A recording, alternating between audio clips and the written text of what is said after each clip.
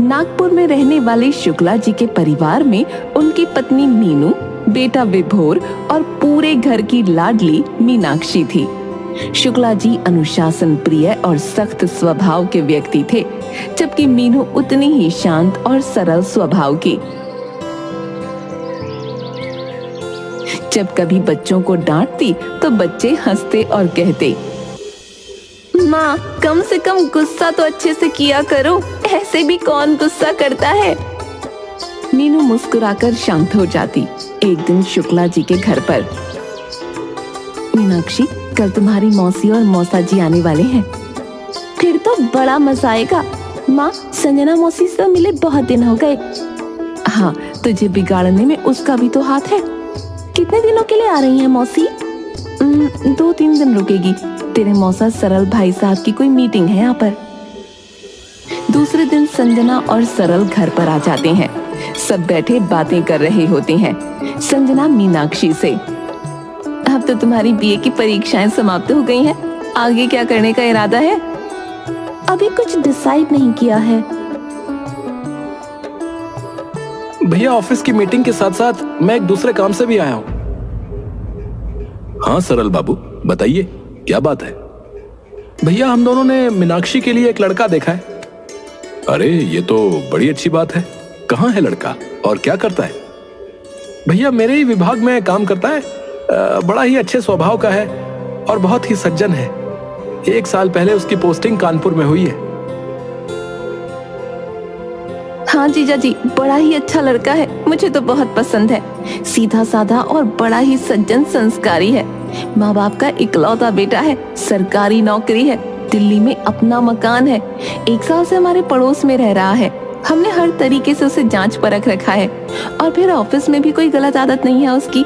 वहाँ तो सरल के सामने ही रहता है। ये तो बड़ी अच्छी बात है संजना। अच्छा वर मिलना आजकल इतना आसान नहीं होता है।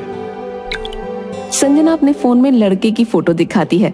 अगर लड़का आपको पसंद आता है तो अगले हफ्ते उसके माँ बाप कानपुर आने वाले हैं, तो मैं उनसे अपनी मीनाक्षी के बारे में बात करूंगी।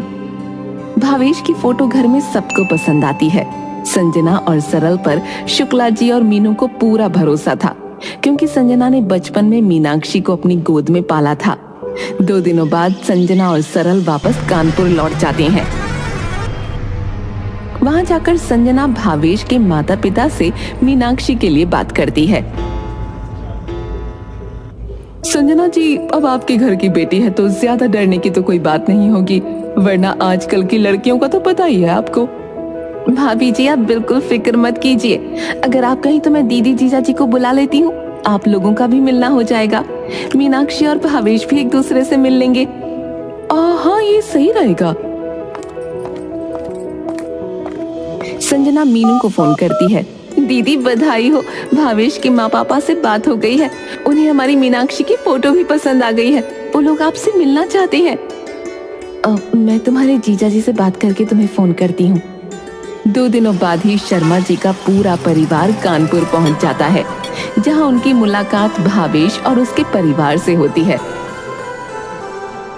भावेश की माँ मीनाक्षी से, पढ़ाई लिखाई तो ठीक है बेटा, पर ये बताओ घर का काम कर लेती हो या नहीं? जी कर लेती हूँ आंटी।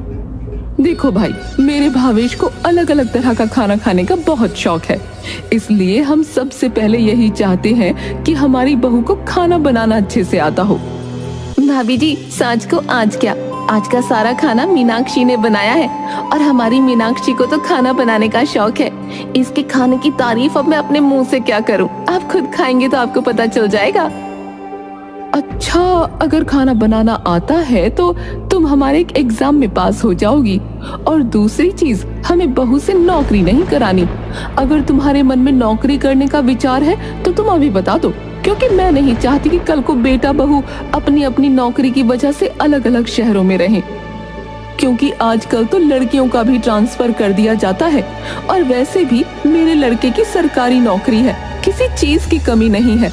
जो लड़की भी इसकी पत्नी बनेगी राज करेगी वो तो। काफी देर तक दोनों परिवारों के बीच बातचीत का सिलसिला चलता रहा। खाने के बाद भावेश और मीनाक्षी को संजना कुछ देर के लिए टेरेस पर भेज देती है।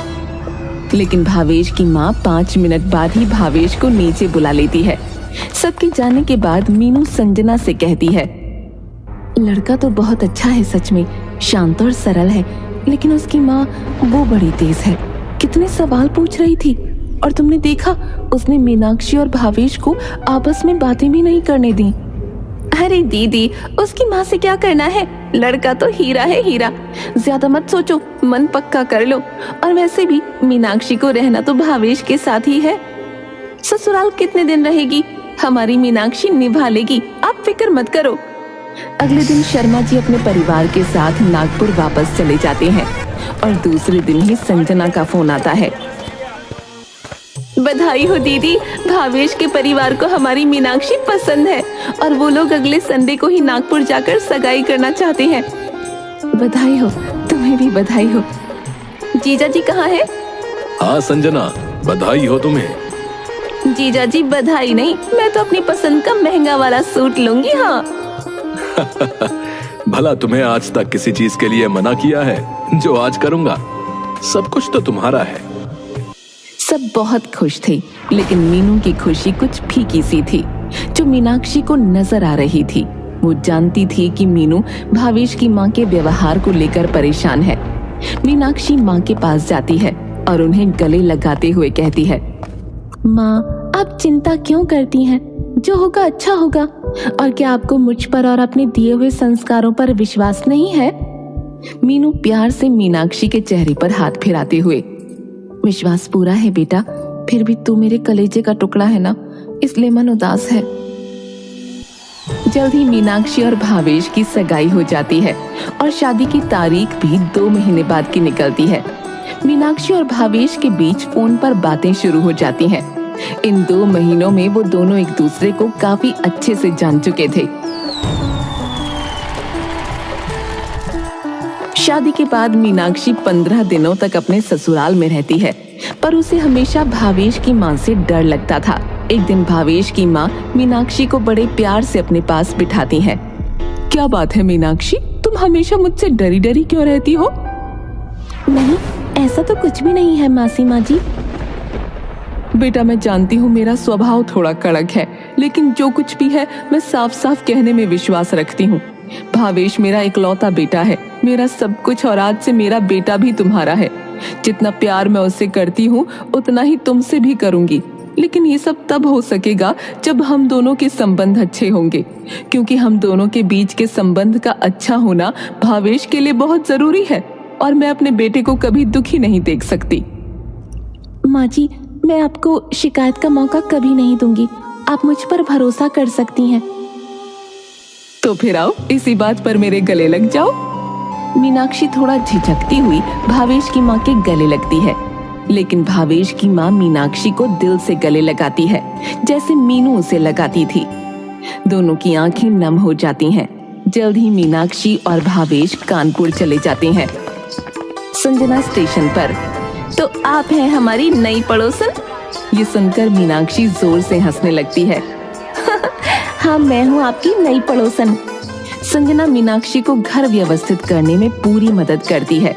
कुछ ही दिनों में